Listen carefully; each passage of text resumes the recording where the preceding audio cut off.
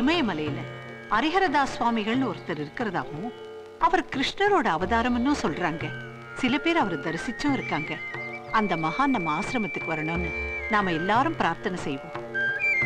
நான் ஹரிஹரதாஸ் சுவாமிகள் பத்தி பேசின 4வது நாள்ல எங்க ஆசிரமத்துக்கு ஒரு போன் வந்துச்சு. வாரணாசியில இருந்து சுவாமிகள் பேசினார். தான் வர்ற வெள்ளிக்கிழமை கிருஷ்ணர் கோயிலுக்கு வர்றது கிருஷ்ணரோட உத்தரவுன்னு சொன்னாரு. சொன்னபடியே ஹரிஹரதாஸ் சுவாமிகளும் வந்தார்.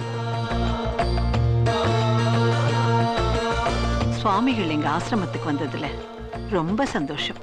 இதில் என் செயல் என்ன இருக்கிறது? சந்திராபாயின் பிரார்த்தனை நிறைவேற்று என்று கண்ணன் எனக்கு கட்டளையிட்டான். அடியே நிறைவேற்றினேன். தங்களுக்கு ராணி என்ற ஒரு டாக்டர் இருக்கிறாள் அல்லவா?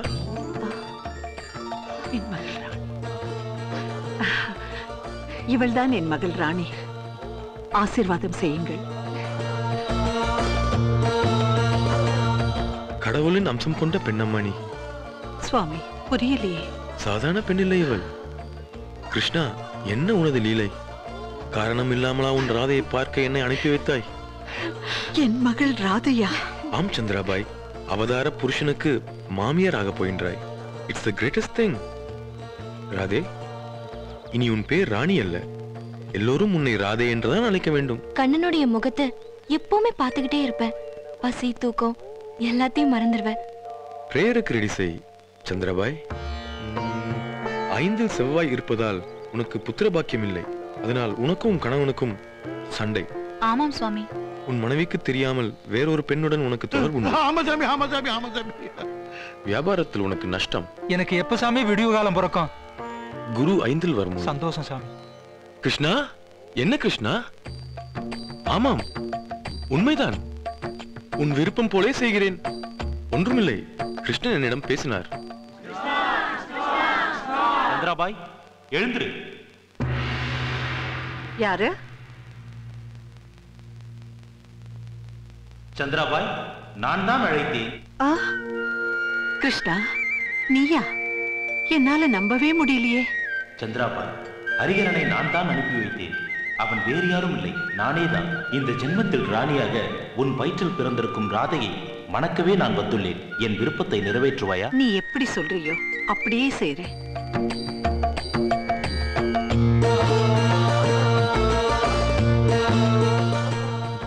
அம்மா, சாமிஜிக்கு போன். நெப்போலியன் ஒருத்தர் பேசுறாரு. வணக்கம்மா. வணக்கம், சொல்லுங்க. சாமிஜி எங்க ஊருக்கு வரேன்னு சொல்லியிருந்தாரு, அவர்கிட்ட பேசணும். அப்படியா? ஆமாம்மா. சுவாமிஜி ரொம்ப அசதியா தூங்கிட்டு இருக்காங்க. நாளைக்கு சொல்றேங்க. நல்லதும்மா.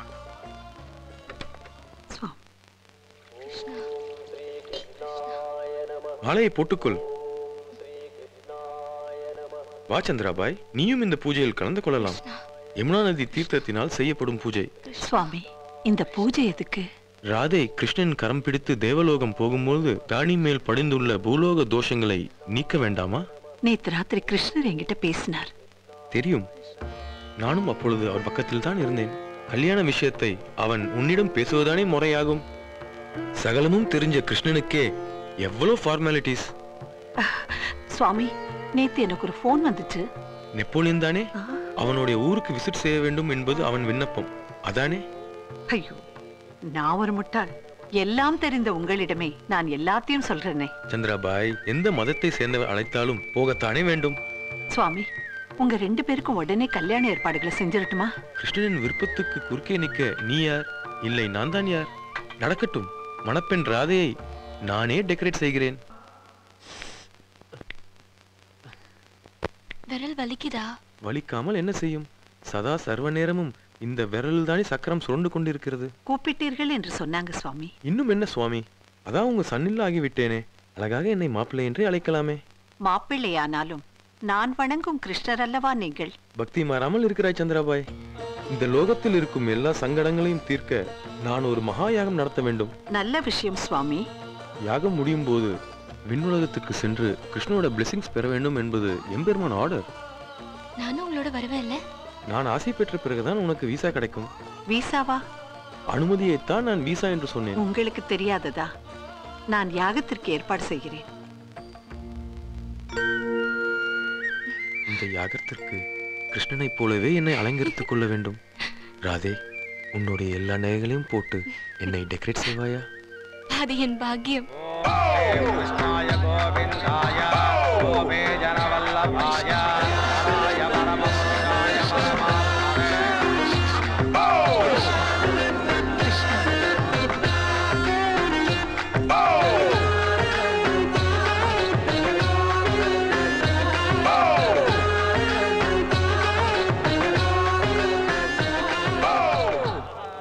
ராதையை தவிர எல்லோரும் வெளியே போய் நான் போவதை பார்க்கலாம், சந்தோஷம் கிட்டும். All the best. எல்லோரும் போய் பாருங்கள்.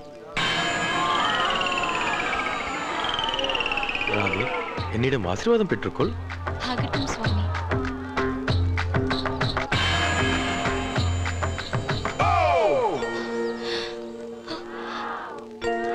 கிருஷ்ணா,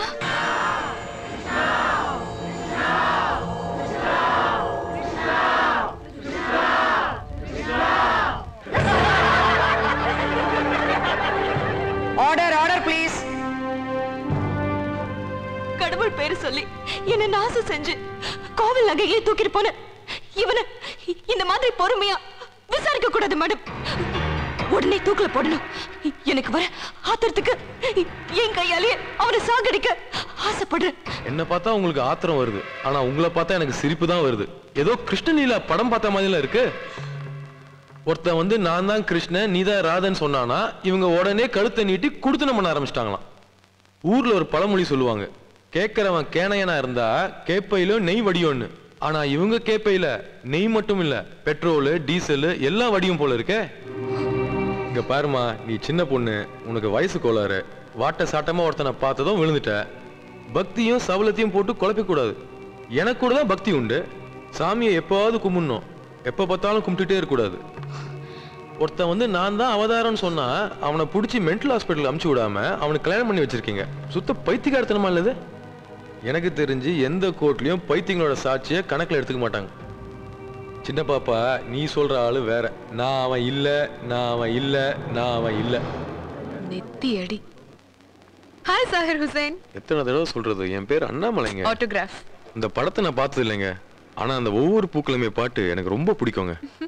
ஒரு கையெழுத்து போடுங்களேன். நான் என்ன அவ்வளவு பெரிய ஆளுங்களா? புத்திசாலி, ப்ளீஸ் கையெழுத்து போடுங்களேன். உங்க புத்திசாலித்தனத்தை நீங்க பாசிட்டிவா பயன்படுத்தியிருந்தா பெரிய வக்கீலா இருப்பீங்க. வக்கீலா? நானா? பொய் சொல்ற பொழப்புங்க. எனக்கு பொய்ன்னு சொன்னாவே வாயெல்லாம் கூசும். நான் அவன் இல்லை. You're a crazy man. Sir, நாகர்கோவில்ல திருநகை வாங்கினவன் பிடிபட்டிருக்கான். அதுல அம்முக்குட்டி நகை இருக்கிறதா இன்ஃபர்மேஷன் வந்திருக்கு சார்.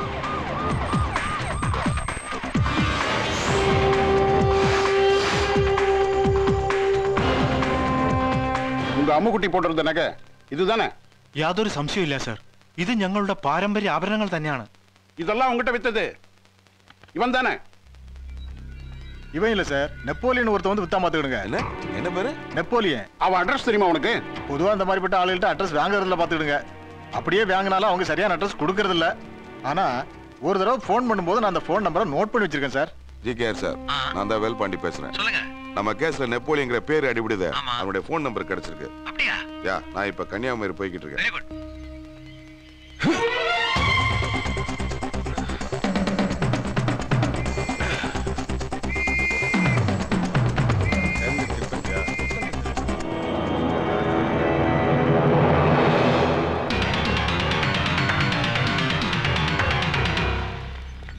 நான் மெயின் கேட் வரைக்கும் போயிட்டு வரேன், தூங்கிடாத, அலர்ட்டாரு.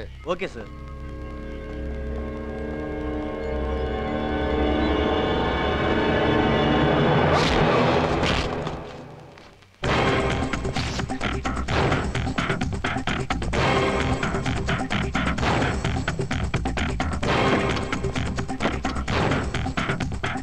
கண்ட்ரோல் ரூம்ல இருந்து மெசேஜ்.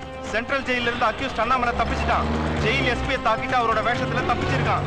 எல்லா செக் போஸ்ட்லயும் அலர்ட்டா இருங்க. ஓவர்.